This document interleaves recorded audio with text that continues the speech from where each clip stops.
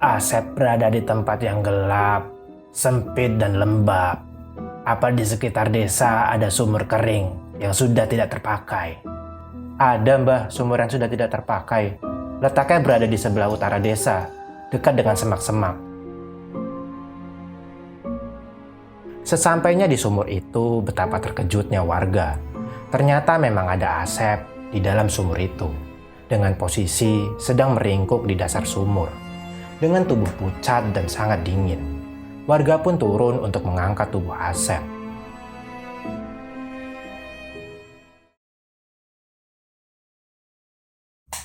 Assalamualaikum warahmatullahi wabarakatuh. Selamat malam semuanya. Kembali lagi dengan saya Robi, host dari channel Sketsa Malam. Pada malam kali ini saya akan mengangkat kisah mistis dari akun Twitter @cinta_kirana. Bagi yang lebih suka membaca, bisa langsung kunjungi akun Twitternya. Link saya taruh di deskripsi. Dan bagi yang suka versi diceritakan, bisa simak video ini sampai habis. Sebelum itu jangan lupa like, komen, dan subscribe channel Sketsa Malam, agar kita makin semangat dalam berkarya. Dan berikut adalah kisahnya.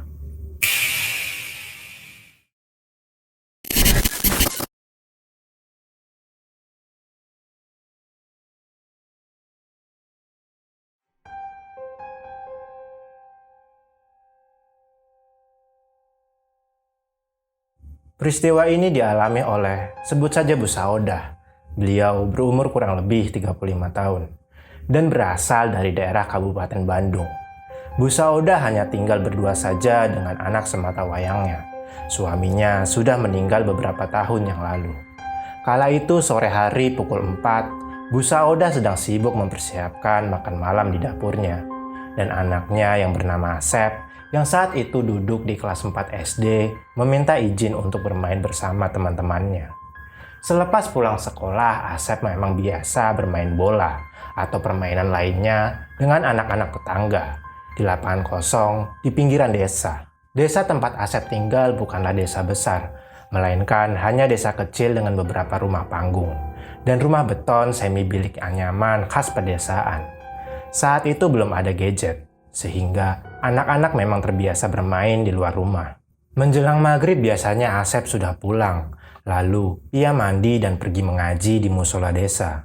Tapi hari itu azan maghrib telah berkumandang dan langit pun mulai petang. Namun Asep belum juga pulang.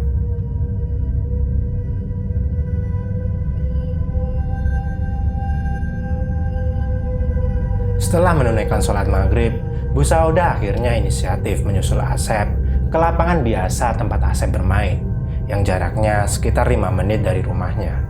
Sesampainya Bu Saudah di lapangan, ia tidak mendapati siapapun di sana. Kemana perginya Asep? Batin Bu Saudah. Dengan rasa khawatir, ia pun bergegas pergi ke musola untuk mencari Asep.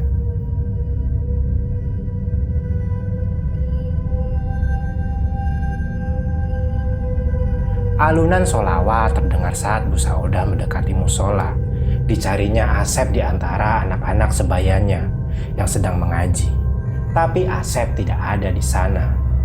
Pak Ustadz Sofyan yang melihat Bu Saudah seperti sedang kebingungan, lalu mendekatinya dan bertanya, "Cari siapa, Bu? Asep datang ke musola tidak, Pak?" "Tidak, Bu. Dari tadi Asep tidak ke sini." Akhirnya Pak Ustadz membantu Bu Saudah menanyakan Asep pada murid-muridnya. Tapi hari itu tidak ada seorang pun yang bertemu Asep sepulang sekolah. Seketika Bu Saudah menjadi panik. Lalu Pak Ustadz berusaha menenangkannya dan mengantarkan Bu Saudah ke rumah Pak RT. Dan anak-anak yang sedang mengaji dititipkan pada Ridwan, salah satu murid yang sudah remaja.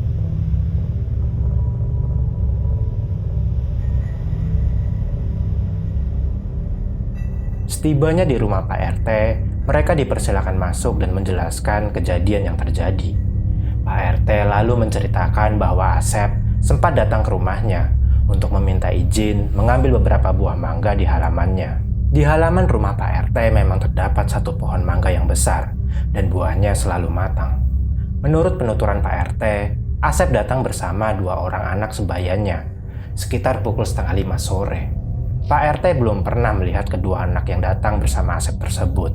Dan Pak RT mengira mungkin dua anak tersebut datang dari desa sebelah, atau mungkin saudara Asep. Melihat kedua anak tersebut, Pak RT merasa ada yang aneh, karena kulitnya nampak lebih putih dan pucat, dengan lingkaran hitam yang samar-samar di sekitar matanya. Setelah Pak RT mengizinkan anak-anak tersebut mengambil mangga di halamannya, ia pun masuk ke dalam rumah dan meninggalkan anak-anak yang sedang memanjat pohon. Dan setelah itu, Pak RT tidak melihat Asep lagi. Mendengar cerita Pak RT, Bu Saudah terlihat syok dan wajahnya menjadi pucat. Seketika ia merasakan ada hawa dingin di tengkuknya yang membuat bulu kuduknya merinding. Bu Saudah meminta bantuan Pak RT untuk mencari Asep. Dan Pak RT pun segera memberitahu beberapa warga untuk mencari Asep bersama-sama. Dan tak lama kemudian warga mulai ramai berkumpul di depan pos ronda yang berdekatan dengan rumah Pak RT. Mereka membawa senter dan kentongan, lalu mulai berpencar memanggil-manggil nama Asep dengan menyisiri desa dan semak-semak sekitar desa sambil membunyikan kentongan. Pak RT meminta Bu Saudah untuk menunggu di rumahnya dengan ditemani oleh Bu RT. Malam pun semakin larut, Bu Saudah bertambah takut. Tangannya begitu dingin, dan sesekali ia mengusap air matanya. Tak henti-hentinya ia berdoa pada Yang Maha Kuasa agar anaknya bisa kembali dengan selamat. Waktu menunjukkan pukul 1 dini hari, tapi Pak RT dan warga masih belum berhasil menemukan Asep. Dan akhirnya mereka memutuskan untuk pulang dan melanjutkan pencarian keesokan harinya.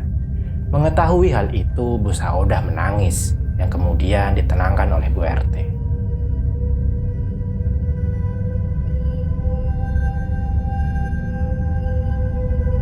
Pagi pun datang, beberapa warga membantu Pak RT untuk mencari Asep.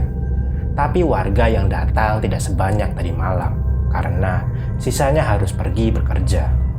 Salah satu warga mengusulkan pada Pak RT untuk mendatangi Mbah Anom untuk membantu proses pencarian Asep.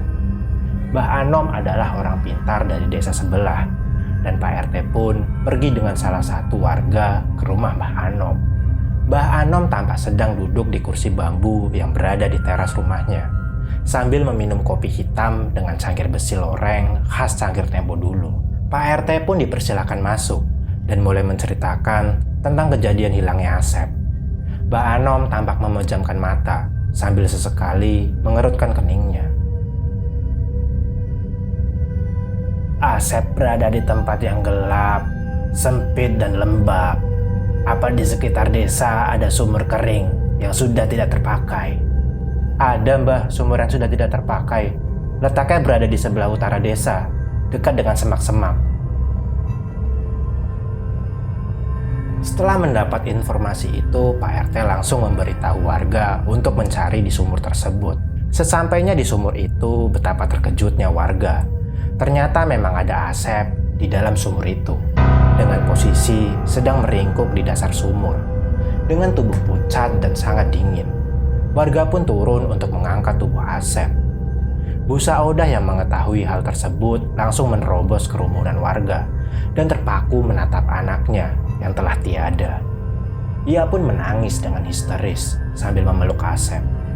Warga yang menyaksikan kejadian itu merasa iba dengan Bu Saudah.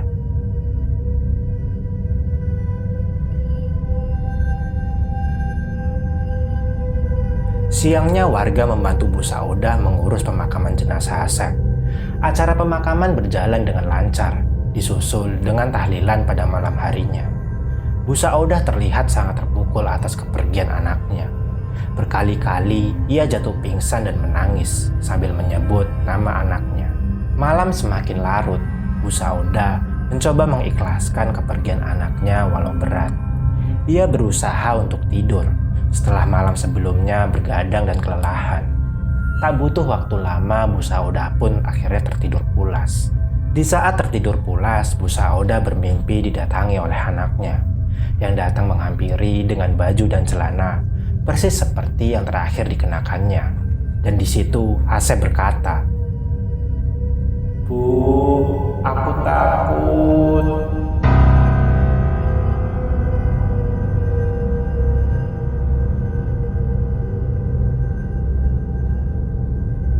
Di mimpinya Bu Saudah tak bisa berkata apa-apa. Ia hanya bisa melihat Asep yang seperti sedang ketakutan, tanpa bisa memeluknya. Bu, aku di sini. Yang dikubur itu bukan aku, Bu. Tolong. Bu Saudah lalu terbangun dari tidurnya dengan keringat yang membasahi seluruh tubuhnya. Jantungnya berdegup dengan kencang dan tangisnya pecah seketika. Ia beristighfar berkali-kali mengingat apa yang dimimpikannya. Diliriknya jam di dinding kamarnya. Jam menunjukkan waktu subuh. Ia pun menenangkan diri sejenak dan pergi mengambil air wudhu.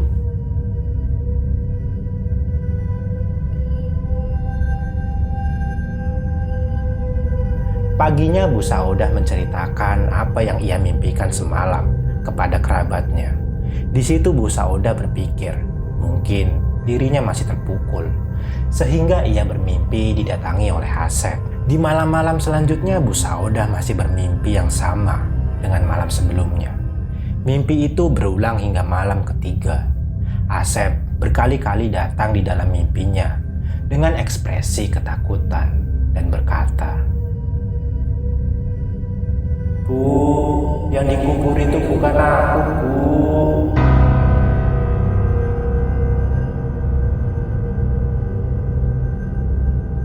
Merasa mimpinya merupakan suatu firasat, Bu Saudah menceritakan pada Pak RT dan meminta bantuan untuk menggali kembali makam anaknya. Namun alih-alih membantu Bu Saudah untuk menggali makam anaknya, Pak RT lebih memilih untuk meyakinkan Bu Saudah kalau mimpi yang berulang itu dikarenakan Bu Saudah belum bisa mengikhlaskan kepergian anaknya.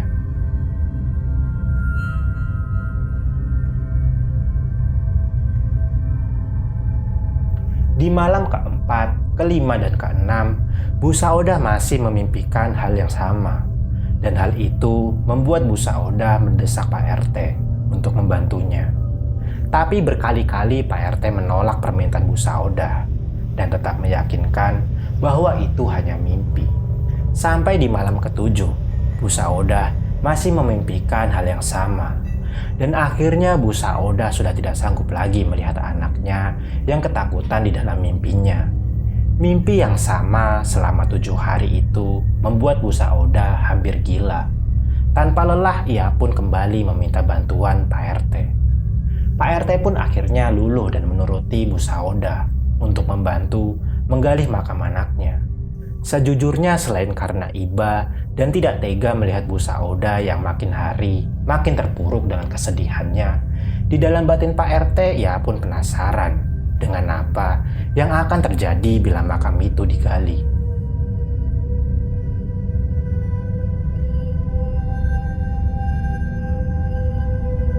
Siang itu Pak RT, Bu RT, Bu Saudah, dan 2 orang kerabatnya serta 2 orang penggali kubur datang ke makam Asep. Makamnya tampak masih baru dengan taburan bunga yang sudah mengering di atasnya. Setelah dipersilakan oleh Bu Saudah, 2 orang penggali kubur itu pun mulai menggali. Bu Saudah berusaha setegar mungkin menahan air matanya. Dalam hatinya ia tidak menyangka bahwa makam anaknya akan digali kembali.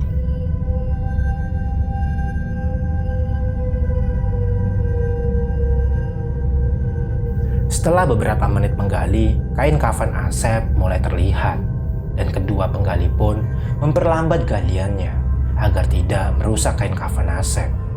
Setelah selesai menggali, kedua penggali tersebut merasa heran melihat bentukan kain kafan yang membungkus jenazah Asep.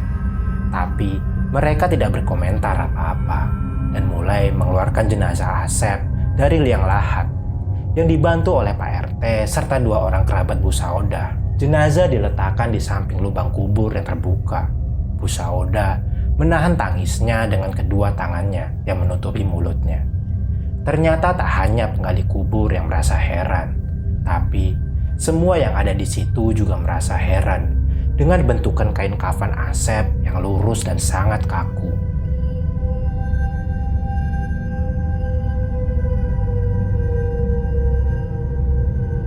Pak Pak RT dan salah satu kerabat Bu Saudah mulai membersihkan bagian muka jenazah Asep yang tertutupi oleh tanah. Mereka pun terheran-heran dan dengan cepat membuka tali pengikat kain kafan yang membalut jenazah Asep. Betapa terkejutnya semua orang yang berada di sana melihat apa yang ada di dalam kain kafan ternyata bukan jenazah Asep, melainkan batang pohon pisang yang dipotong setinggi tubuh Asep. Melihat hal itu, Bu Saudah langsung lemas dan pingsan seketika.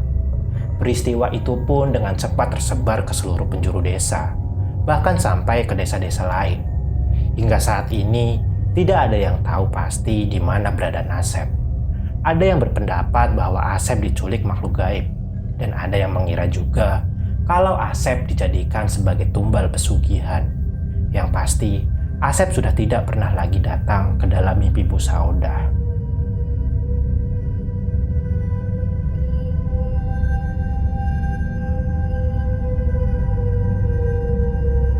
Bu, yang dikubur itu bukan aku, Bu.